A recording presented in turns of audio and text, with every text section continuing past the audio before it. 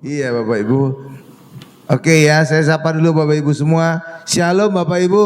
Shalom, puji Tuhan. Iya, saya senang berjumpa dengan Bapak Ibu semua. Apakah Bapak Ibu senang berjumpa dengan saya? Amin, pasti. Iya, saya pastikan. Kenapa? Karena akan diberkati. Kecuali kalau saya akan marahi, itu lain cerita. Ya, saya akan selalu membacakan 2 Petrus 1 ayat 2. Ini terlalu tinggi kali Pak, feedback dia. 2 Petrus 1 ayat 2, ayat ini, firman ini berkata, kasih karunia dan damai sejahtera berlimpah di dalam kita oleh pengenalan akan Allah dan Tuhan Yesus. Amin Bapak Ibu.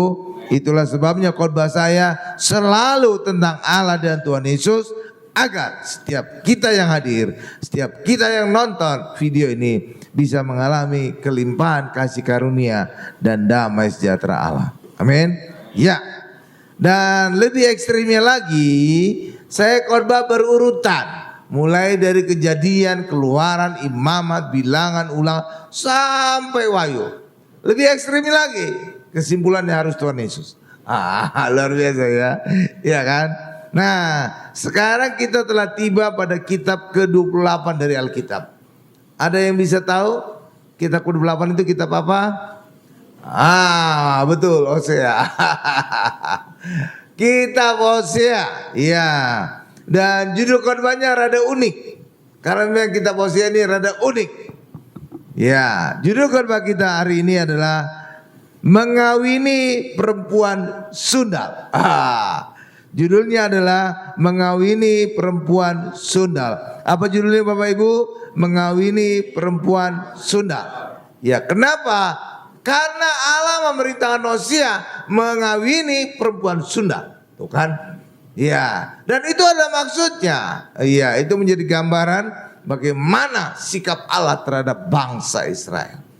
Ya, coba kita buka ayatnya dulu. Hosea 1 ayat 2 sampai dengan 9. Hosea 1 di depan sudah ada. Saya sekarang ingin ngajak kita baca sama-sama gantian supaya kita juga aktif. Walaupun sebenarnya saya lebih nyaman baca sendiri. Kalau kita ikutan baca kan kadang-kadang nggak sama ya, nggak apa-apa, no problem itu bagi saya. ya. Jadi saya baca ayat 2, nanti Bapak Ibu ayat 3, saya baca ayat 4, Bapak Ibu ayat 5, demikian seterusnya sampai ayat 9 ya. Paham ya? Oke, saya mulai Hosea 1 ayat 2. Ketika Tuhan mulai berbicara dengan perantaran Hosea, berfirmanlah ia Allah kepada Hosea, pergilah, kawinilah seorang perempuan sundal. Ini dia tuh. Dan peranakanlah anak-anak sundal. Itu juga unik ya. Iya. Dan peranakanlah anak sundal karena negeri ini bersundal hebat dengan membelakangi Tuhan. Silakan ayat 3 Bapak Ibu.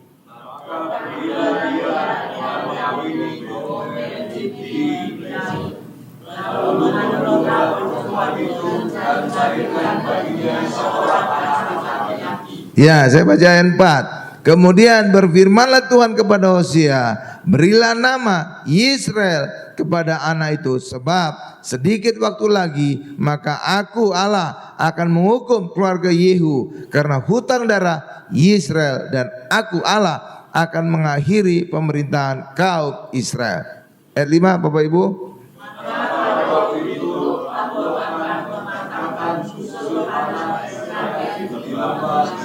Yang ayat 6 saya, lalu perempuan itu mengandung lagi dan melahirkan seorang anak perempuan.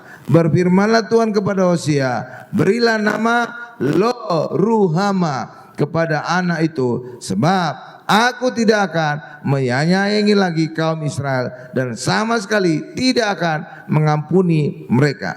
Ayat 7 Bapak Ibu. Tapi aku akan menyayangi kaum Israel dan menyelamatkan mereka dari kebingungan mereka. Aku akan menyelamatkan mereka dengan panah, dengan alat perang atau dengan orang-orang muda. Iya, ayat 8 saya. Sesudah menyapi Lo-Ruhama. Menyapi itu artinya udah nggak lagi susu ASI, jadi udah susu sapi. Kalau kita sekarang susu formula ya. Menyapi lo Ruhama, mengandunglah perempuan itu lagi dan melahirkan seorang anak laki-laki. Silakan Bapak 9. Lalu berfirmanlah dia, berilah nama suami kepada itu, sebab orang ini adalah Tuhanku dan aku ini adalah Allah. Iya. Ya, sekarang lihat kepada saya Bapak Ibu. Saudara melihat enggak? Merasakan enggak? Kok rasanya aneh gitu ya? Ya, Allah menyuruh Hosea mengawini perempuan sundal untuk menghasilkan anak-anak sundal. Karena ada aneh gitu. Ya kan? Iya, tapi itulah Tuhan. Kenapa Tuhan menyuruh Hosea melakukan hal yang aneh ini? Karena Tuhan ingin menunjukkan bagaimana pandangan Allah terhadap orang Israel yang telah bersundal. Jadi dia menunjukkan dengan menyuruh Hosea menikahi perempuan sundal untuk menunjukkan bahwa orang Israel sekarang sudah bersundal berat gitu loh Bapak Ibu. Jadi Allah itu suka pakai simbol-simbol gitu. Ya. Jadi ini adalah menunjukkan simbol yang keras bahwa orang Israel telah melacur habis-habisan, telah bersundal habis-habisan, dan bagaimana sikap Allah yang dinyatakan oleh anak-anaknya Hosea. Anak Hosea tadi ada 3 dan setiap anak itu punya arti, dan setiap arti itu adalah menyatakan sikap Allah terhadap bangsa Israel. Luar biasa ya. Luar biasa ya. Nah, sekarang pertanyaannya $1 juta. Apakah orang Kristen sekarang sudah seperti orang Israel yang bersundal habis-habisan? Ya, saya jawab ya dengan berat hati, iya. Iya. Orang Kristen adalah mempelai Kristus, tetapi orang Kristen masih hidup di bawah hukum Taurat, dan itu artinya yang mengandalkan perbuatan mereka sendiri sehingga menjadi mempelai Taurat. Kayak gimana sih Pak penjelasannya Pak? Nih kita baca dulu ayatnya. Ini ayatnya rada susah dimengerti tapi saya jelaskan, dan ini ayat pasti akan membuka pemahaman kita yang luar biasa ya. Coba kita buka Roma 7 ayat 4. Roma 7 ayat 4. Haleluya. Roma 7 ayat 4. Roma 7 ayat 4 Bu. Ini saya bacakan ya buat kita semua. Cuma satu ayat aja. Sebab itu saudara-saudaraku, kamu juga telah mati bagi hukum Taurat oleh tubuh Kristus, supaya kamu menjadi milik orang lain, yaitu Dia Yesus yang telah dibangkitkan dari antara orang mati, agar kita berbuah bagi Allah. Maksudnya bagaimana Pak? Nih saya jelaskan ya. Kan susah kayak apa sih maksud ayat gitu ya. Gini Bapak Ibu, orang Kristen menyebut dirinya mempelai Kristus. Benar Bapak Ibu? Apa dasarnya saudara berkata saudara adalah mempelai Kristus? Apa dasarnya? Dasarnya tahu enggak saudara? Kenapa? Kenapa orang Kristen menyebut sebagai mempelai Kristus? Karena kita ada di dalam Kristus. Itu dia. Ya, dan ketika kita dalam Kristus, kita mempelai Kristus, akhirnya kita harus berbuah bagi Allah. Sama seperti suami istri ketika dipersatukan jadi mempelai, maka mereka akan membuahkan keturunan. Demikian Bapak Ibu. Jadi kalau kita adalah mempelai Kristus, maka kita akan dipersatukan dengan Yesus dan kita akan menghasilkan buah. Gitu Bapak Ibu, paham ya? Nah, ketika orang ada di dalam Yesus, maka kita adalah mempelai Kristus. Tetapi ketika orang hidup di dalam hukum Taurat juga, maka mereka juga adalah mempelai hukum Taurat. Dan ciri dari orang yang hidup di dalam hukum Taurat adalah mereka mengandalkan perbuatannya sendiri. Aku kudus karena pikiranku kudus, ucapanku kudus, perbuatanku kudus. Itu namanya ciri Taurat. Jadi mengandalkan perbuatannya, bukan lagi mengandalkan perbuatan Yesus. Oke, paham Bapak Ibu ya? Jadi ciri orang yang hidup dalam Taurat sama seperti tetangga sebelah, berdasarkan perbuatannya. Makanya kalau mereka mati akan selalu didoakan diterima di sisi Allah sesuai dengan perbuatannya. Benar Bapak Ibu ya? Ya kan? Nggak ada orang Kristen demikian kan? Nggak ada. Kenapa? Karena kita mengandalkan perbuatan Yesus. Nggak ada pendeta yang mendoakan ketika orang Kristen meninggal diterima di sisi Allah sesuai dengan perbuatan. Nggak ada kan? Nggak ada. Karena memang orang Kristen tidak hidup berdasarkan perbuatannya, tapi berdasarkan perbuatan Yesus yang kita imani. Tapi kalau di luar sana, iya berdasarkan perbuatan. Nah, jadi ketika orang Kristen di dalam Yesus, maka kita menjadi mempelai Kristus, maka kita bukan lagi mengandalkan perbuatan kita, tapi mengandalkan perbuatan Yesus. Itulah sebabnya harusnya pendeta tidak lagi berkhotbah tentang perbuatan manusia. Karena orang Kristen tidak hidup lagi berdasarkan perbuatannya, tetapi berdasarkan perbuatan Yesus. Itulah sebabnya harusnya pendeta berkhotbah tentang perbuatan-perbuatan besar dari Allah yang harus kita imani. Dan itu dicirikan saat Pentakosta. Kisah Para Rasul 2 ayat 11 jelas dikatakan, setelah murid-murid beroleh Roh Kudus yang berbentuk lidah-lidah seperti api, mereka memperkatakan perbuatan-perbuatan besar dari Allah. Jadi bukan lagi perbuatan-perbuatan manusia. Apakah baik atau buruk? Enggak. Oke Bapak Ibu ya. Demikian juga 1 Petrus 2 ayat 9 jelas dikatakan, kamu adalah imamat yang rajade, umat kepunyaan Allah yang telah mengambil kamu dari kegelapan masuk ke dalam terangnya ajaib. Untuk tugasnya apa? Memberitakan perbuatan-perbuatan besar dari Allah. Tapi nggak tahu gimana, dua ayat ini tidak dimengerti oleh pendeta. Itulah sebabnya mereka masih mengkhotbahkan tentang perbuatan manusia. Harusnya pendeta mengkhotbahkan perbuatan Yesus, berfokus kepada Yesus. Oke Bapak Ibu, coba saudara perhatikanlah pendeta saudara, dimanapun saudara beribadah, perhatikan. Pernah enggak pendeta khotbahkan tentang Yesus? Paling cuma nyerempet-nyerempet tentang Yesus, bukan tentang Yesus ya. Jadi misalkan contoh, bagaimana orang Kristen berkenan kepada Yesus? Ya kan? Jadi bukan tentang Yesusnya ini, tapi tentang manusianya, apa yang harus dia lakukan. Itu salah. Karena orang Kristen harus berfokus pada perbuatan Yesus. Oke ya? Nah, ketika orang Kristen harusnya berfokus kepada Yesus, tapi mereka masih mengandalkan perbuatan baik mereka. Itulah sebabnya mereka dianggap telah hidup di dalam hukum Taurat. Dan ketika mereka telah hidup dalam hukum Taurat, maka mereka telah menjadi mempelai Taurat. Dan kalau mereka ada di dalam Yesus dan sekaligus juga mempelai Taurat, itulah yang disebut perjinahan rohani.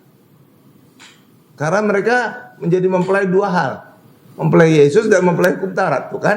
Jadi dua kan? Iya, inilah namanya perjinahan rohani. Paham Bapak Ibu ya? Iya. Nah ayat itu tadilah yang dikatakan barusan kita, Roma 7 ayat 4. Tetapi kita hari ini, awalnya manusia sebelum Yesus hidup sebagai mempelai hukum Taurat. Tetapi dengan kematian Yesus, dan kematian Yesus adalah kematian kita juga, karena kita di dalam Yesus, maka hubungan kita dengan hukum Taurat telah putus. Dan ketika kita telah putus dalam hukum Taurat, maka kita hanya hidup di dalam Yesus hanya sebagai mempelai Kristus. Amin Bapak Ibu? Iya itu. Jadi kalau orang Kristen masih juga mengandalkan perbuatannya, maka mereka juga menjadi mempelai hukum Taurat. Jadi ini namanya perjinahan rohani. Ya kan? Iya, tanpa sadar demikian ya. Iya, kasihan ya. Iya gitu Bapak Ibu. Pak, lalu berapa banyak orang Kristen itu yang masih hidup di dalam Yesus tapi juga sekaligus hidup dalam hukum Taurat? Mayoritas Bapak Ibu. Justru yang melakukan perjinahan rohani orang Kristen justru mayoritas. Dari mana saya tahu Pak? Karena kita adalah gambaran bait Allah. Kita adalah bait Allah. Ayat yang berkata demikian Bapak Ibu. Coba kita lihat deh. 1 Korintus 3 ayat 16. Jadi kehidupan orang Kristen itu digambarkan oleh bait Allah dalam perjanjian lama Bapak Ibu. Iya, karena kita adalah bait Allah. Oke Bapak Ibu ya. Yesus adalah bait Allah dan kita dalam Yesus, kita juga menjadi bait Allah. Dan ketika kita bait Allah, maka apa yang tentang bait Allah yang dalam perjanjian lama itu akan kita alami. Nih, saya bacakan ya. 1 Korintus 3:16 ya. Tidak tahukah kamu bahwa kamu adalah bait Allah? Katakan sama-sama saya, bait Allah. Jadi kita bait Allah, dan bahwa roh Allah diam di dalam kamu. Jadi kalau kita bait Allah, maka aturan-aturan tentang bait Allah perjanjian lama itu berlaku bagi kita. Iya Bapak Ibu, oke? Iya. Jadi kalau saudara ingin melihat bagaimana orang Kristen sekarang ini, pelajari tentang bait Allah dalam perjanjian lama. Itulah gambaran orang Kristen sekarang ini. Kalau saudara lihat bait Allah dalam perjanjian lama, itu terbagi atas 3 bagian. Satu adalah halaman, ini bagian yang paling besar, paling luas. Yang kedua adalah ruang kudus. Ini menurun luasnya, lebih kecil dibandingkan halaman. Lalu ketiga yang lebih kecil lagi adalah ruang maha kudus. Ruang maha kudus Bapak Ibu. Iya. Jadi orang Kristen adalah bait Allah, maka dia terbagi atas 3 level. Level halaman, level ruang kudus, dan level ruang maha kudus. Paling banyak mayoritas adalah level halaman. Nomor 2 level ruang kudus. Nomor 3 paling sedikit minoritas adalah ruang maha kudus. Dan bagaimana cara mengetahui sifat orang Kristen pada setiap level tadi? Tuhan sudah memberikan sarana. Dan itulah lewat perabot-perabot yang ada di setiap bagian tadi. Di halaman ada 2 perabot. Ada yang tahu? Perabot apa? 1. Mezbah korban bakaran. Yang kedua, kolam pembasuhan. Hanya 2 perabotan yang ada di halaman. Mezbah korban bakaran itu gunanya untuk apa? Untuk membakar kedagingan orang Israel, untuk membakar dosa mereka, untuk membakar banyak hal yang berdosa masa lalu mereka. Jadi ini menggambarkan perbuatan manusia yang harus berkorban. Oke Bapak Ibu ya, nggak ada perbuatan Allah di mezbah korban bakaran, nggak ada. Semua perbuatan manusia. Yang kedua, kolam pembasuhan itu juga sama.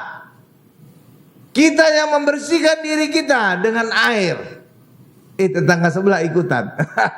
Sebelum masuk harus bersih-bersih dulu. Kalau orang Kristen kan selebor. Udah Bapak Ibu ya. Iya kan? Dari mall, dari pasar, dari mana masuk aja ke gereja, nggak perlu bersih. Iya kan? Iya. Oke, iya. Jadi kedua, pembersihan diri. Kita yang membersihkan diri kita sendiri. Nggak ada perbuatan Allah. Dan inilah gambaran orang Kristen level halaman. Mereka masih hidup mengandalkan perbuatan mereka sendiri. Tuh, sekarang masuk kepada bagian yang kedua, ruang kudus. Ruang kudus ada 3 perabotan. Ada tahu? 1, menorah. Menorah itu atau 7 kaki dian. Kadang-kadang juga 9 kaki dian. Oke ya? Ya, menorah. Ini gambaran firman Tuhan. Ya, kalau saudara baca perjanjian lama, menorah itu terdiri dari 66 komponen. Ada kembang, ada pucuk, ada apa segala, ada batang. Totalnya 66. Dan ini menjadi gambaran 66 kitab di Alkitab kita.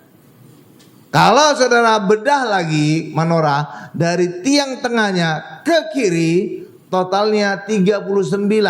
Sedangkan hanya bagian kanannya ada 27. Dan itu menjadi gambaran perjanjian lama 39 kitab, perjanjian baru 27 kitab. Tuh kan mirip sama. Demikian juga menorah menjadi penerang. Alkitab adalah pelita bagi kakiku, terang bagi jalanku. Kan sama kan? Iya. Jadi menorah ini gambar Alkitab, firman Tuhan. Oke? Tuh. Jadi ruang kudus dicirikan dengan menorah. Jadi orang di sini suka baca firman Tuhan. Oke, bagus itu. Yang kedua adalah meja roti sajian. Itu perabotan kedua. Nah, ini gambaran perjamuan kudus, gambaran persekutuan. Nah, ini dia. Orang Kristen juga demikian. Harusnya ada ciri ibadah perjamuan kudus. Oke, kita sudah melakukannya. Setiap ibadah pasti ada perjamuan kudus. Amin. Oh, sudah tepat. Yang ketiga, perabotan ketiga di ruang kudus adalah mezbah dupa.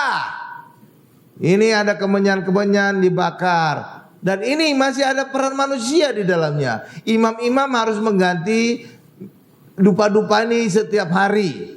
Demikian juga tadi menorah, sumbunya harus diganti atau dirawat, minyaknya harus tambah. Jadi masih ada peran manusia, tetapi di sini juga ada peran Allah. Jadi setengah-setengah, ada peran manusia, ada peran Allah di sini. Jadi orang Kristen ruang kudus masih sedikit mengandalkan perbuatannya, tapi juga mengandalkan perbuatan Allah.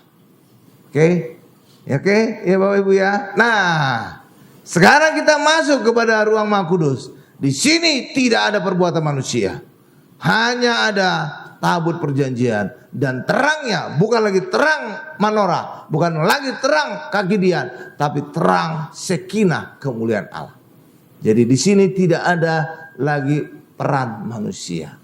Makanya dari perabotan ini kita bisa menilai kehidupan kita orang Kristen. Orang Kristen halaman adalah mereka masih mengandalkan perbuatannya, bukan perbuatan Allah. Dan ternyata ini yang mayoritas, karena digambarkan oleh halaman yang paling luas di bait Allah. Berarti orang Kristen mayoritas masih level halaman. Yang kedua, yang lebih sedikit adalah ruang kudus. Nah, ini gereja-gereja atau orang Kristen yang mengandalkan kekudusan dan juga hidup dalam kekudusan, tetapi juga masih ada peran dirinya sendiri. Jadi mereka sering berkata, kita kudus, pikiran kita, ucapan kita, perbuatan kita. Ini pasti ciri Kristen ruang kudus. Jadi masih mengandalkan kekudusannya oleh perbuatannya sendiri. Tetapi ketika orang Kristen hanya bergantung kepada anugerah Allah saja, inilah level ruang Maha Kudus. Jadi saudara bisa menilai diri saudara sendiri, saudara bisa menilai gereja saudara sendiri dengan penjelasan saya tadi. Oh iya, ternyata saya masih level halaman. Ternyata saya masih level ruang kudus. Ternyata saya masih ternyata saya sudah menjadi level ruang Maha Kudus. Saudara itu, jadi saudara sendiri yang menilai. Paham ya Bapak Ibu ya? Tuh, luar biasa kan? Iya. Jadi karena itulah bagi kita hari ini Bapak Ibu, kita adalah mempelai Kristus. Kalau saudara ingin sungguh-sungguh menjadi mempelai Kristus, hiduplah hanya mengandalkan Tuhan Yesus saja, agar kita hari ini menjadi orang Kristen level ruang Maha Kudus. Tapi kalau saudara masih mengandalkan perbuatan saudara, artinya saudara masih hidup di dalam hukum Taurat, maka saudara masih paling banter level ruang kudus. Atau kalau tidak juga bisa menjadi level halaman.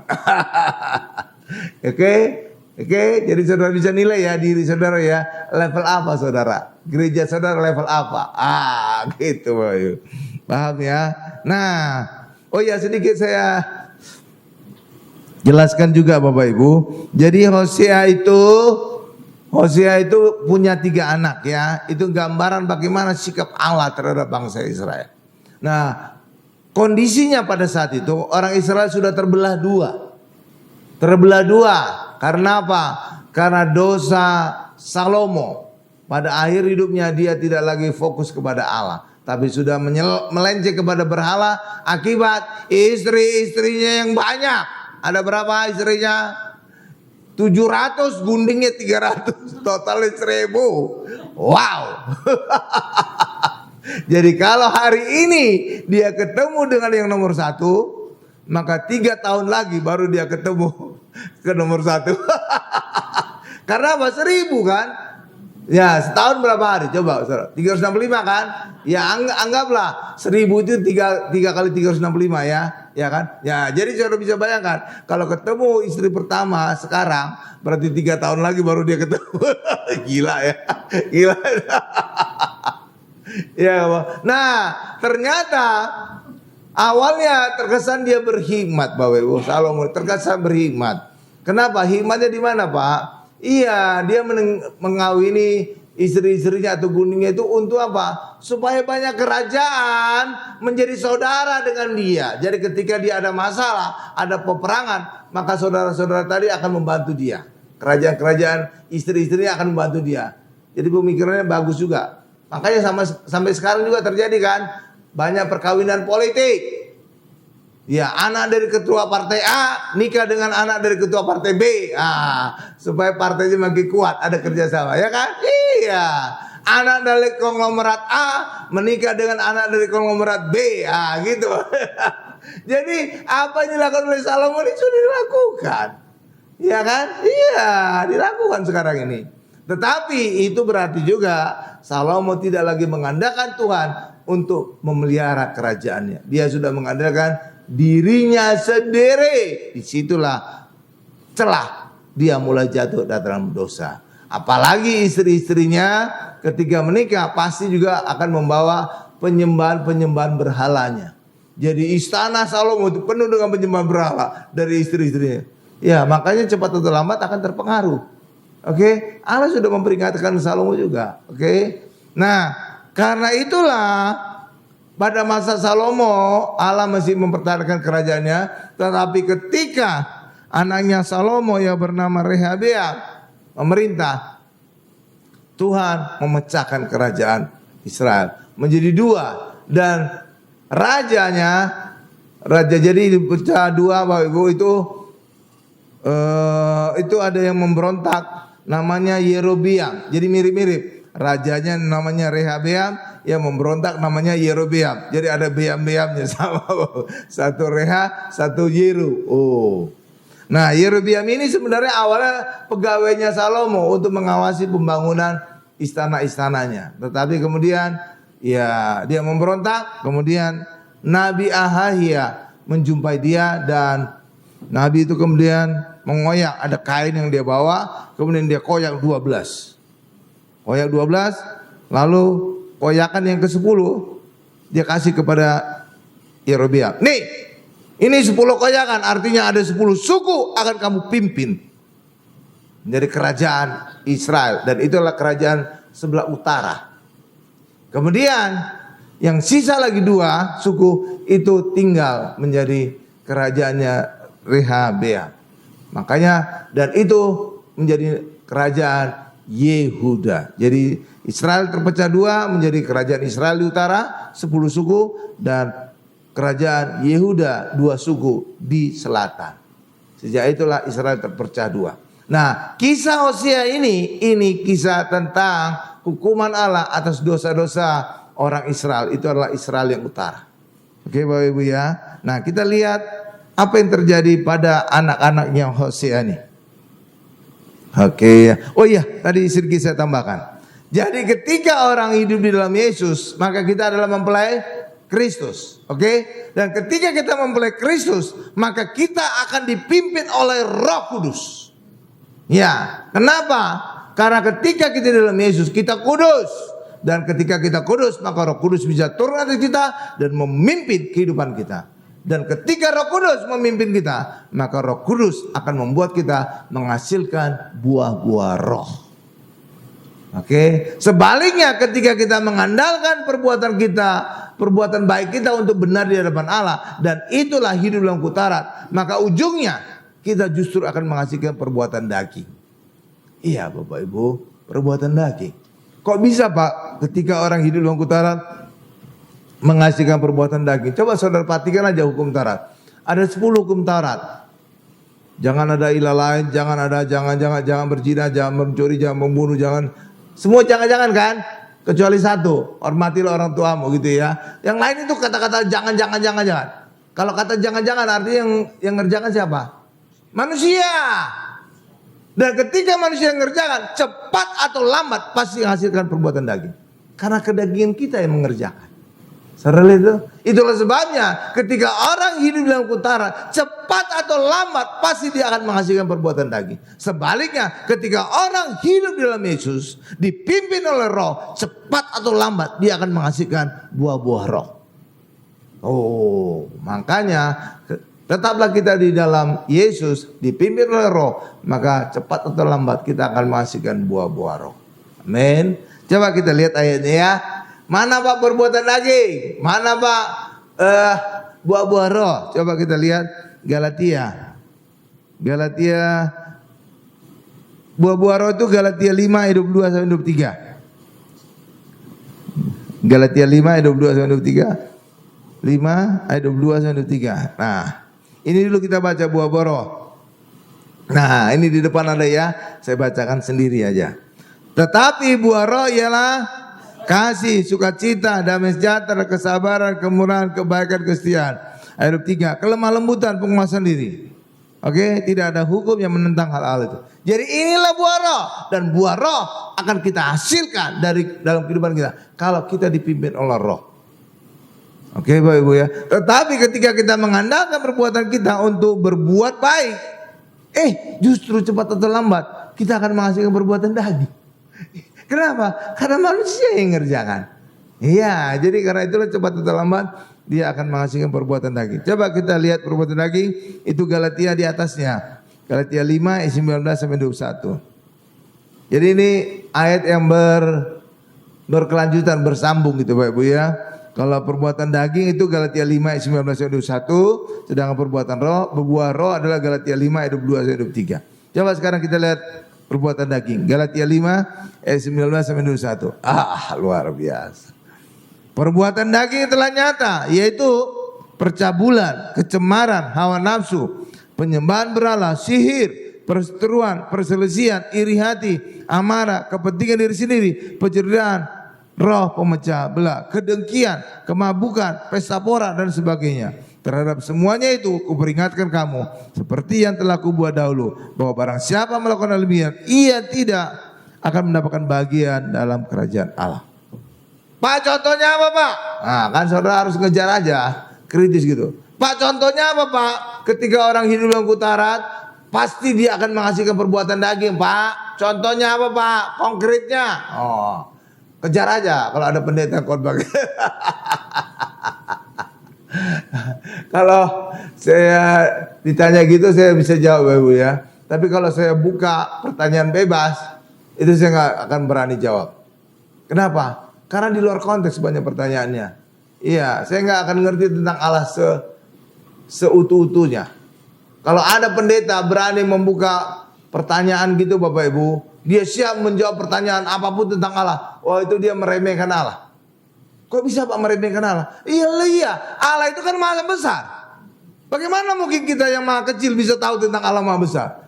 Artinya kalau ada pendeta yang berani-berani membuka pertanyaan, segala pertanyaan tentang Allah, berarti apa? Dia mengecilkan Allah yang maha besar segede otaknya dia. Lah iya dong, dia kan bisa berkata menjawab pertanyaan.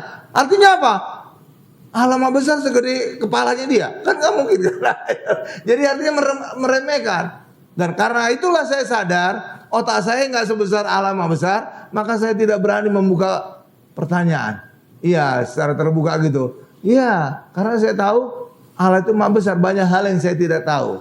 Makanya jangan bertanya kepada saya tentang Allah secara komplit. Ya, justru kalau ada pendeta yang berani-berani, itu dia sombong, dia mengecilkan Allah yang maha besar menjadi sebesar otaknya dia. Paham ya? Iya, makanya saya nggak berani-berani. Ya, tapi kalau saya khotbah, ayat-ayatnya sudah jelas. Kalau nanya itu, saya masih bisa. Ya, nih. Jadi mana tadi saya lupa tadi. ya gitu Bapak Ibu. Perbuatan daging. Tadi apa? Perbuatan daging ya. Ya, jadi ketika kita hidup dalam kutarat, kita akan mengerjakan semua sendiri. Jadi cepat atau lambat kita akan menghasilkan perbuatan daging. Sebaliknya ketika kita mengandalkan pimpinan Roh Kudus, maka cepat atau lambat buah roh yang akan kita alami. Amin Bapak Ibu. Nah, tadi kita sudah baca ayatnya. Nah, sekarang kita kembali kepada kisah Hosea tadi. Jadi lewat dia menikahi Gomer. Gomer Bapak Ibu, perempuan sundal, wanita sundal. Maka dia akan menghasilkan anak-anak sundal. Ya, Pak, mungkin ada pertanyaan bagi kita. Pak, boleh enggak saya menikahi perempuan yang tidak benar, Pak. Ya. Kalau saudara langsung menikahi Bapak Ibu, maka saudara akan mengalami seperti Hosea, akan menghasilkan anak-anak sundal. Iya, karena perempuan sundal akan menghasilkan anak-anak sundal. Lalu bagaimana Pak agar tidak menghasilkan anak-anak sundal, Pak? Harus diberkati di gereja dan adakan pemutusan kutuk. Itulah sebabnya juga bagi Bapak Ibu yang ada di luar sana yang ingin juga memungut anak dari panti asuhan atau apa itu, pastikan saudara mendoakan anak itu terlebih dahulu, baru saudara angkat sebagai anak. Kenapa? Karena kita tidak tahu latar belakang anak itu. Dan umumnya ketika anak ada di panti asuhan, itu adalah anak yang tertolak. Mungkin mamanya hamil di luar nikah, dia buang ke panti asuhan. Artinya anak itu sudah punya bibit-bibit penolakan di bawah sadarnya. Maka anak itu akan menjadi problem maker di kemudian hari. Makanya harus ada pemutusan dulu, maka itu akan bisa dibebaskan. Jadi saudara aman memungkut anak di luar sana. Jika saudara nggak punya keturunan atau mungkin juga saudara ingin mengasuh anak lagi. Oke ya. Jadi itu. Jadi jangan langsung diterima, harus didoakan dulu, diputuskan dari kutuk-kutuk penolakan, kutuk-kutuk perjinahan, kutuk-kutuk apapun masa lalu dari orang tuanya. Oke Bapak Ibu ya, paham ya? Kalau enggak dia akan menghasilkan anak sundal juga. Kan gawat kan? Kita melihara anak sundal, masa depan kita susah nanti. Iya, itu kan kita kan nggak tahu latar belakang seorang anak di panti asuhan kan? Mana kita tahu? Iya kan? Makanya itulah. Tapi tenang aja, orang Kristen tetap punya jalan. Gereja tetap memberikan jalan dari Tuhan. Oke? Jadi aman, tetap aman. Nah, sekarang kita kembali kepada anak Hosea tadi. Ini adalah anak sundal yang pertama. Hosea 1 ayat 3 sampai dengan 5. Haleluya. Iya. Luar biasa. Oke.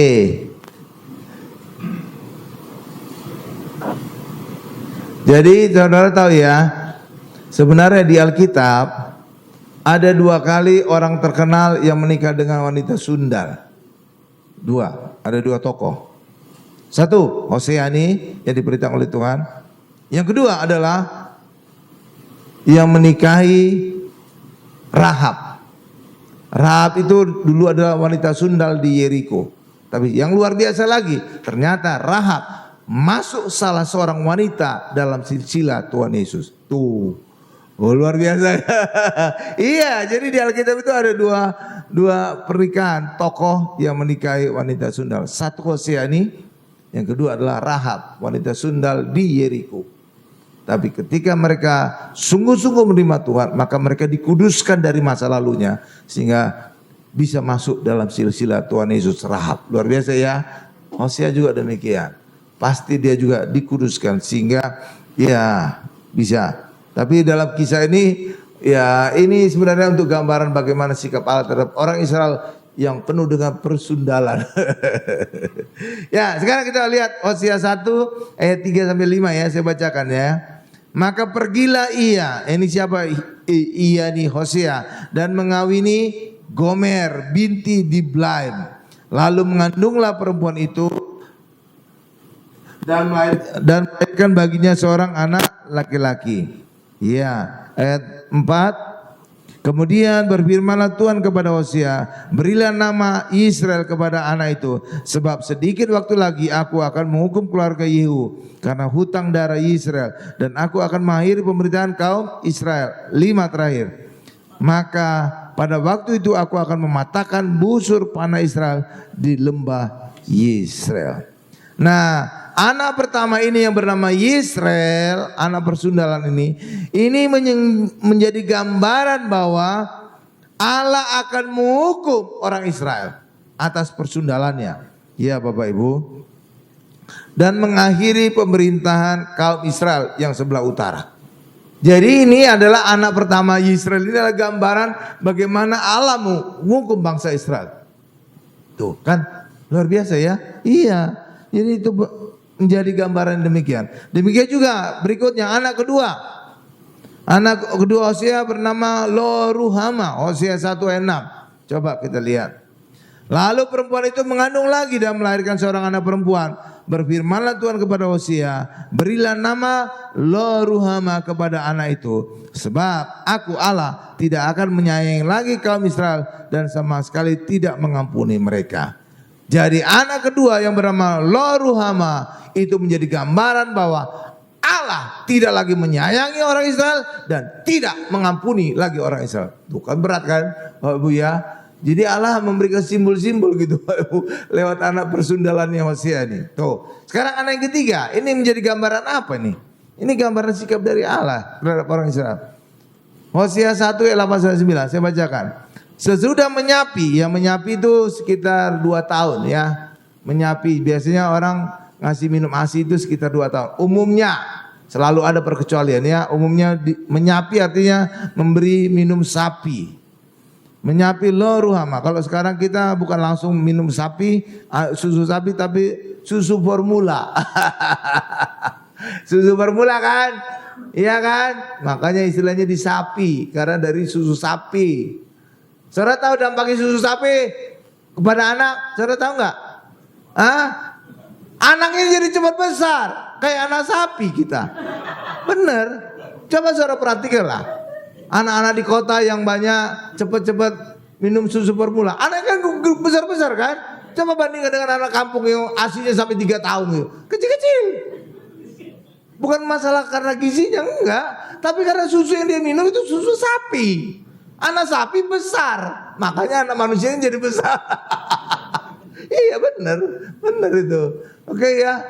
Jadi mungkin aja kalau kita kasih minum susu kuda, oh lincah dia kayak kuda.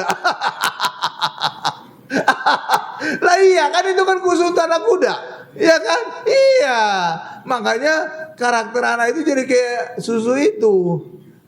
Iya, makanya kalau anak-anak di kota kan banyak kan cepet-cepet asinya stop, ibunya sibuk, wanita karir, makanya cepat susu formula. Makanya anak cepat besar kan? Iya, besar-besar kan anak sekarang kan? Iya, karena itu susu sapi. Iya. Oh iya, bodoh, betul. Ya memang, tapi saudara perhatikan lagi. Ya, dasarnya adalah susu sapi memang tidak memberikan kepintaran. Tetapi saudara perhatikan, susu formula ditambahkan proteinnya, omega apa, itu dia membuat anak pintar. Oke ya, tapi kalau basically itu susu sapi membuat anak cuma besar. Tapi untuk menambah manfaat dari susu sapi, maka ditambahkan protein, gizi, omega 3 dan segala macam. Benar kan? Coba saudara perhatikan susu formula. Plus apa, ya kan? Iya, tuh. Besar-besar kan? Iya, karena minum sapi. Coba saudara kasih susu gajah gitu, lebih besar.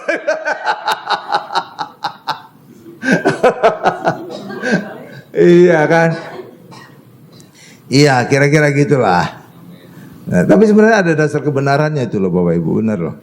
Iya kan? Iya, mengandung perempuan. Tadi udah saya baca ayat 8 ya? Oh belum selesai. Saya baca ulang lagi supaya mantap. Sesudah menyapi, oh iya tadi nyapinya gitu.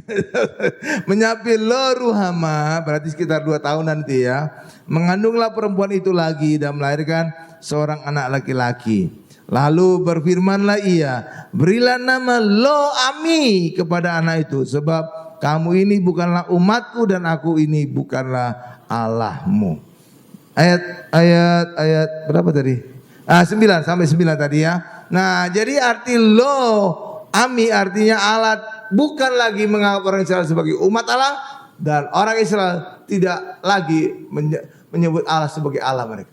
Bukan luar biasa kan? Jadi benar-benar ini gambaran bagaimana sikap Allah kepada bangsa Israel lewat keturunan dari Hosea ini. Ya kan? Gawat kan Bapak Ibu ya? Gawat.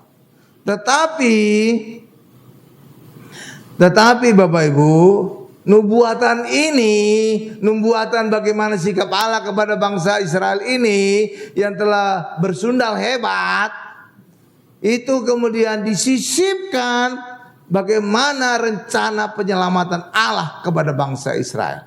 Dan itulah lewat nubuatan Yesus yang mengungsi ke Mesir dibawa oleh Yusuf dan Maria. Coba kita lihat Hosea 11 ayat 1. Jadi Allah itu luar biasa, menyisipkan rencana-rencananya itu di antara masalah-masalah gitu Bapak Ibu. Tapi itu menjadi ciri Allah. Karena itulah ketika kita menghadapi masalah, jangan saudara terus bersungut-sungut. Kenapa? Karena di balik masalah itu bisa saja ada rencana Allah akan memberkati kita. Karena Allah suka demikian, cirinya gitu Bapak Ibu. Ada nubuatan keselamatan, tapi di antara masalah-masalah kayak inilah. Ketika di antara nubuatan pengutukan Allah, sikap Allah kepada bangsa Israel yang bersundal, di situ ada rencana tentang Tuhan Yesus. Tuh kan? Indah ya. Ya, coba Hosea 11 ayat 1. Nih, saya bacakan. Ketika Israel masih muda, kukasih dia, dan dari Mesir kupanggil anakku itu. Nah, inilah kisah yang akan tergenapi nanti, bahwa Tuhan Yesus akan dibawa mengungsi ke Mesir oleh Yusuf dan Maria. Itulah sebabnya kalau saudara berkesempatan nanti tur ke Israel dan Mesir, saudara akan dibawa juga ke tempat di mana Tuhan Yesus pernah mengungsi ke Mesir. Ya Bapak Ibu ya, gitu ya. Coba kita baca ayat perjanjian barunya lah, sebagai penggenapan dari Hosea 11 ayat 1 ini. Matius 2 ayat 13 sampai dengan 15. Haleluya. Jadi ini Allah itu kesel banget sama orang Israel ini. Iya Bapak Ibu. Nah, Matius 2 ayat 13 sampai dengan 15 ya, saya bacakan. Setelah orang-orang Majusi itu berangkat, tampaklah malaikat Tuhan kepada Yusuf dalam mimpi dan berkata, bangunlah, ambillah anak itu serta ibunya, larilah ke Mesir. Nah, dan tinggallah di sana sampai aku berfirman kepadamu, karena Herodes akan mencari anak itu untuk membunuh dia. Terus ayat 14. Maka Yusuf pun bangunlah, diambilnya anak itu serta ibunya malam itu juga, lalu menyingkir ke Mesir. Ayat 15 terakhir. Dan tinggal di sana hingga Herodes mati. Hal itu terjadi supaya genaplah yang difirmankan Tuhan oleh Nabi, dari Mesir kupanggil anak. Ini penggenapan Hosea yang tadi, yang 11 ayat 1. Oke Bapak Ibu ya. Jadi pas ya, cakep itu ya Alkitab ya. Jadi perjanjian lama nubuatan, perjanjian baru penggenapan. Gitu. Makanya kalau baca Alkitab, itu perjanjian lama perjanjian baru itu harus saudara baca menjadi kesatuan dengan perjanjian baru, perjanjian lama dengan perjanjian baru. Jadi pada saat saudara baca perjanjian lama, saudara lihat nubuatannya, lihat catatan kakinya. Biasanya kalau Alkitab buku itu ada catatan kaki di bawahnya. Nah, itu acuannya ke perjanjian baru. Sebaliknya juga ketika kita baca perjanjian baru, di catatan kakinya di bawah Alkitab angka-angka kecil itu mengacu kepada di mana dinubuatkan. Gitu Bapak Ibu. Jadi saudara membaca Alkitab itu satu kesatuan. Baca perjanjian lama, melihat nubuatan yang tergenap dalam perjanjian baru. Sebaliknya ketika baca perjanjian baru, kita lihat kapan dinubuatkan. Gitu Bapak Ibu. Jadi bacanya itu satu kesatuan. Paham ya? Iya, kalau di buku itu ada catatan kakinya. Nanti perhatikan di Alkitab saudara ya. Ada kecil-kecil gitu di bawah. Ada catatan kakinya. Oke, jadi Allah menyuruh Hosea mengkawini perempuan sundal dan menghasilkan 3 anak sundal. Itu menjadi keluhan Allah terhadap sikap orang Israel. Keluhan Allah Bapak Ibu. Iya, benar-benar Allah itu dikecewakan oleh orang Israel. Apa yang dilakukan oleh orang Israel sehingga Allah kecewa? Nih, saya bacakan. Semakin Allah memanggil orang Israel, semakin pergi mereka dan mereka persembahkan korban kepada Baal. Tuh. Jadi semakin Allah memanggil, semakin kabur orang Israel. Kan Allah jadi bete jadi. Iya kan? Itu dikatakan dalam Hosea 11 ayat 2. Enggak usah kita baca lah. Saudara percaya aja. Oke. Kemudian yang kedua, keluhan kedua. Allah mengajari Efraim, itu adalah gambaran orang Israel Utara, berjalan, mengangkat dan menyembuhkan mereka, tetapi mereka tidak insaf. Waduh, benar-benar nggak tahu balas budi nih ya, nggak tahu menghargai Allah ya. Iya kan? Udah dibuat bisa berjalan, mengangkat, menyembuhkan mereka, tapi mereka tidak insaf. Tuh, itu ada di Hosea 11 ayat 3. Ya, saudara nanti baca di rumah saja. Kemudian Allah menarik orang Israel dengan tali kesetiaan, dengan ikatan kasih, dan Allah membungkuk memberi makan. tetapi orang Israel tidak peduli. Apa enggak Allah bete, kecewa? Itu ada di Hosea 11 ayat 4. Ya, jadi orang Israel tidak bertobat, maka Allah murka sehingga berkata, orang Israel harus kembali ke Mesir dan Asyur menjajah mereka. Jadi Allah kesal, maka Allah membuat bangsa Israel utara untuk mengalami sebagaimana nenek moyang mereka dijajah di Mesir. Tuh Bapak Ibu. Iya, karena apa? Allah sudah kesal. Itu tadi 3 keluhan Allah tadi. Jadi benar-benar orang Israel udah gak peduli kepada Allah. Oke, tetapi Hosea pertama sudah menubuatkan. Jadi Hosea 11 itu menubuatkan tentang hukuman Allah. Tetapi sebelumnya Hosea pertama Allah sudah menubuatkan jika orang Israel bertobat maka pemulihan akan Allah lakukan kepada bangsa Israel. Lihat itu betapa baiknya Allah ya. Iya kan? Jadi Allah bukan hanya menghukum, tapi sebelum Allah menghukum, Allah sudah menjanjikan, jika kamu bertobat, kamu akan mengalami pemulihan dari Allah. Tetapi jika kamu tidak bertobat, maka hukuman akan engkau alami. Jadi Allah itu baik sekali, kayak bapak kepada anak-anaknya. Oke Bapak Ibu ya. Ya. Coba kita lihat ini, kita baca Hosea pertama ayat 10 sampai dengan 11. Coba Bapak Ibu.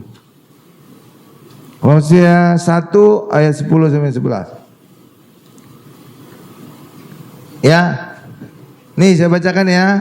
Tetapi kelak jumlah orang Israel akan seperti pasir laut yang tidak dapat ditakar dan tidak dapat dihitung. Tuh banyaknya itu banyak sekali Bapak, seperti pasir laut. Dan di tempat di mana dikatakan kepada mereka, kamu ini bukanlah umatku, akan dikatakan kepada mereka, anak-anak Allah yang hidup. Tuh, jadi ada janji kebaikan Allah kepada bangsa Israel. Terus 11, orang Yehuda dan orang Israel yang semula pecah akan berkumpul bersama-sama, jadi akan bersatu kembali dan akan mengangkat bagi mereka satu pemimpin. Lalu mereka akan menduduki negeri ini sebab besar hari Israel itu. Amin Bapak Ibu. Tuh, jadi Allah itu sudah memberikan di awal, di depan itu bagaimana rencana kebaikan Allah kepada bangsa Israel. Tapi kalau orang Israel tidak bertobat, hukuman akan mereka alami. Jadi fair ya Bapak ya? Iya fair, Tuhan kita itu luar biasa. Jadi umat Israel yang semula bukan umat Allah akan berubah menjadi anak-anak Allah yang hidup. Orang Yehuda dan orang Israel akan berkumpul bersama-sama dan mengangkat satu pemimpin dan mereka menduduki negeri. Nama Lo-Ami yang artinya no umat Allah menjadi Ami. Oh ternyata Ami itu artinya bagus. Artinya umat Allah. Ya saya kenal ada seorang namanya Ami. Rupanya artinya adalah umat Allah. Jadi bagus ya. Nama Lo Ruhama yang artinya tidak disayang dan tidak diampuni itu menjadi Ruhama yang artinya disayang dan diampuni. Tuh, jadi berubah ya. Jadi Allah sudah menjanjikan adanya berkat ketika orang Israel bertobat. Ya. Dan sekarang bagi orang Kristen bagaimana Pak? Sikap Allah berubah saat orang percaya kepada Yesus. Kenapa bisa sikap Allah berubah ketika orang percaya kepada Yesus? Karena di dalam Yesuslah kasih Allah dinyatakan. Itulah sebabnya ketika orang percaya kepada Yesus, maka kasih Allah akan penuh kita alami di dalam kehidupan kita. Oke Bapak Ibu ya? Iya. Coba kita lihat Yohanes 3:16. Jadi luar biasa, orang Kristen itu disayangi Allah. Bukan karena orang Kristen lebih baik dari tetangga sebelah, enggak. Justru kalau saudara bisnis atau kerjasama dengan, justru banyak orang Kristen yang bermasalah. Iya Bapak Ibu, iya. Saya juga sering kali gitu ya, kalau kerjasama dengan yang nama-nama orang Kristen gitu ya. Kok justru malah orang Kristennya agak-agak kurang-kurang ajar gitu. Lebih bagus mereka gitu ya, tetangga sebelah. Iya. Jadi bukan karena kebaikan kita diselamatkan oleh Tuhan. Bukan karena kebaikan kita menjadi kasih Tuhan. Tapi karena kita percaya kepada Tuhan Yesus yang menjadi sumber kasih Allah bagi dunia. Amin Bapak Ibu. Iya itu dia. Iya. Yohanes 3:16 sudah saya bacakan ya.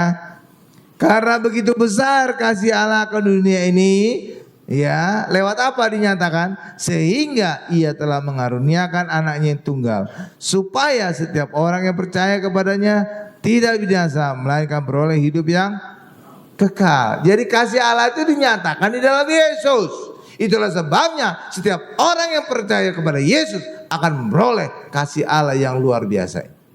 Oke ya, jadi bukan karena orang Kristen lebih baik, enggak. Malah orang Kristen kalau taruh ibadahnya coba lihat, rada selebor kan dibanding tangga sebelah kan. Coba kan? Iya, coba lihat aja. Iya, kita ibadah masih tempat duduk kan. Mereka di lantai.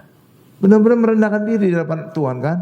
Coba cara doanya juga. Waduh, nu bangga. Lah kita ya seadanya kan. Iya, jadi kalau orang Kristen itu disayang oleh Tuhan bukan karena kita, karena perbuatan kita, bukan. Tapi karena kita percaya kepada Yesus, karena kita di dalam Yesus. Amin Bapak Ibu. No. Iya. Iya, ketaatan mereka juga luar biasa. Pembelaan mereka juga terhadap Allah luar biasa. Benar kan? Mereka kan siap mati kan? Kalau orang Kristen kadang-kadang mikir dulu. Iya kan? Iya, tapi kita disayang oleh Tuhan karena kita ada di dalam Yesus, yang adalah pernyataan kasih Allah yang begitu besar atas dunia. Gitu Bapak Ibu. Jadi bukan karena kitanya, tapi karena kita dalam Yesus, karena kita percaya kepada Yesus. Makanya orang Kristen, pendeta khotbahkan Yesus. Karena itulah pernyataan kasih Allah yang begitu besar atas dunia. Amin. Jadi bukan khotbah tentang perbuatan manusia, perbuatan kita kalah kita dengan orang lain. Iya, bahkan juga Alkitab juga berkata ayat, jika cara ibadahmu tidak lebih dari ahli Taurat dan Farisi, engkau tidak layak masuk kerajaan surga. Itu ucapan Tuhan Yesus Bapak Ibu. Benar. Iya, itu luar biasa. Mereka itu si ahli Taurat itu Bapak Ibu, jangan. Oh iya, tadi itu yang saya lupa. Iya, mengkhotbahkan, Pak, apa buktinya orang di dalam hukum Taurat itu bisa menghasilkan perbuatan daging? Itu tadi saya lupa.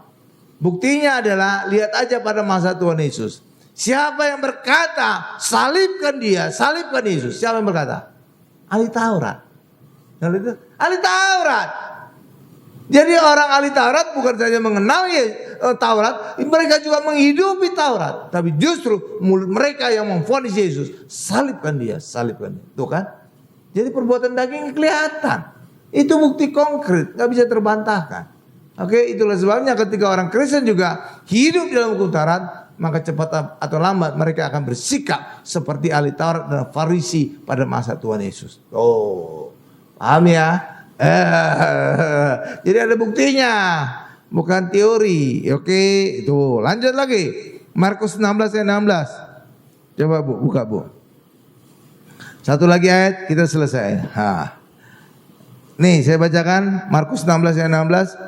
Siapa yang percaya? Percaya apa nih? Percaya Injil. Injil tentang apa? Tentang Tuhan Yesus. Dan dibaptis. Jadi jangan hanya sekedar percaya. Iblis juga percaya tentang adanya Yesus. Ya, tapi iblis tidak akan pernah dibaptis. Dan dibaptis akan diselamatkan. Tetapi siapa yang tidak percaya akan dihukum. Jadi harus percaya dan dibaptis. Pak, apakah semua orang Kristen harus dibaptis? Iya.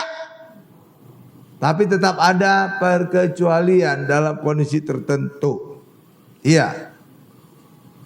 Dan itu terlihat pada masa Tuhan Yesus disalibkan. Ada yang orang disalib itu yang selamat pada saat itu juga, yang di sebelah kanan.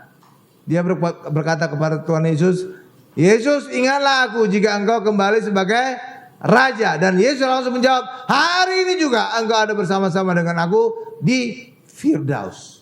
Padahal dia belum dibaptis. Lagi gimana dibaptis, lagi disalib.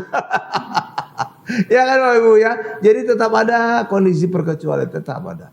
Demikian juga pada saat kita doakan orang di ruang ICU. Itu kan udah setengah mati tuh, udah di ujung-ujung itu Bapak Ibu ya. Udah hampir gitu. Kita doakan, dia percaya Yesus. Dia nggak perlu dibaptis di situ. Gimana baptis orang di ICU? Ya kan? Jadi asal kita ngomong sama dia, kamu percaya Yesus, sebutkan nama Yesus, panggil nama Yesus. Dia sebut Yesus. Udah selamat itu. Enggak perlu harus dibaptis gitu Bapak Ibu ya. Iyalah, Mana mungkin orang di ICU dibaptis? Udah banyak peralatan gitu, selang-selang, ya nggak mungkin. Jadi tetap ada perkecualian, tetap ada itu. Oke, lihatlah perkecualian terbesar itu pada saat orang yang di kanan Yesus percaya kepada Yesus, langsung selamat, dijamin oleh Yesus. Hari ini juga engkau ada bersama-sama dengan aku di Firdaus. Itu selamat itu. Iya kan? Iya, jadi tetap ada perkecualian ya Bapak Ibu ya.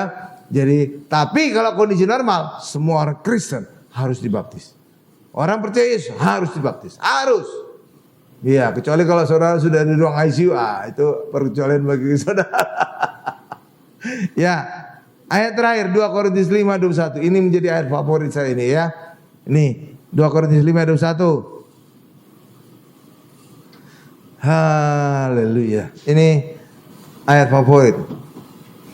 2 Korintus 5:21. Sudah di sana? Ini saya bacakan ya.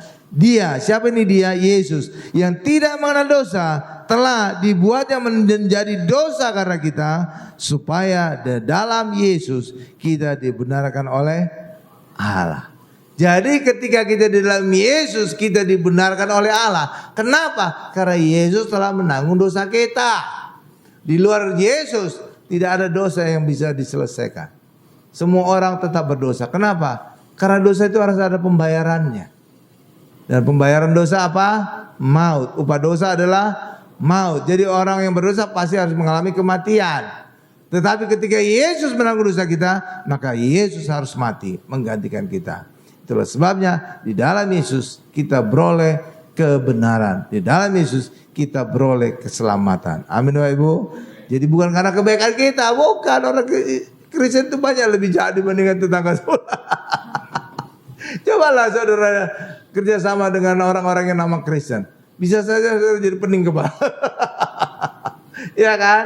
Iya, jadi bukan jaminan. Kenapa? Karena jaminan kita selamat, jaminan kita dikasih Allah bukan karena perbuatan kita, tetapi karena kita percaya dan di dalam Yesus. Oke ya? Iya, jadi saudara jangan silau kalau ada nama-nama Kristen yang kerjasama dengan saudara. Amin Bapak Ibu ya. Iya, jangan silau. Juga demikian juga kalau ada saudara ingin cari menantu, jangan silau. Oh dia pendeta, oh dia pelayanan di gereja, oh dia aktivis. Jangan silau itu. Banyak pendeta juga nakal. Iya ya, ya tapi tetap saudara ngecek. Jadi kalau saya ngasih tips kepada saudara untuk ngecek calon mantu yang bagus, ada dua.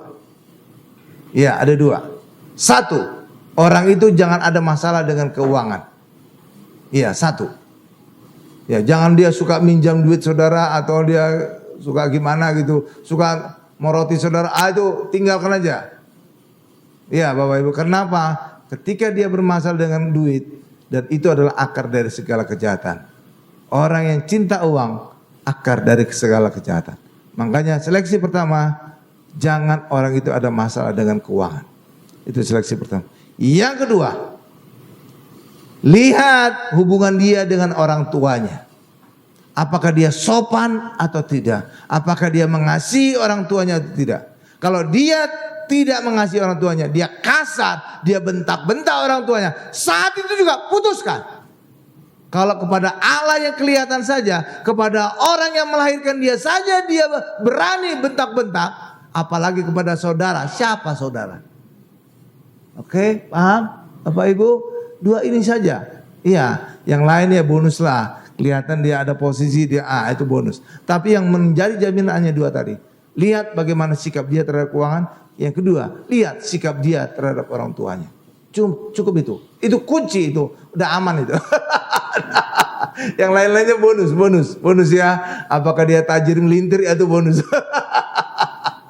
Tapi sudah aman saudara, hidupnya tenang lah. Nggak akan ada makan hati gitu, nggak aman ya. Ya saya tutup khotbah saya ya. Ya, kesimpulan, Allah murka terhadap dosa dan dosa dipisahkan Allah dengan manusia. Tetapi Tuhan Yesus menanggung dosa dan memperdamaikan Allah dengan manusia. Di dalam Yesus orang mendapatkan kasih karunia dan kebenaran Allah. Amin Bapak Ibu. Kita tundukkan kepala kita.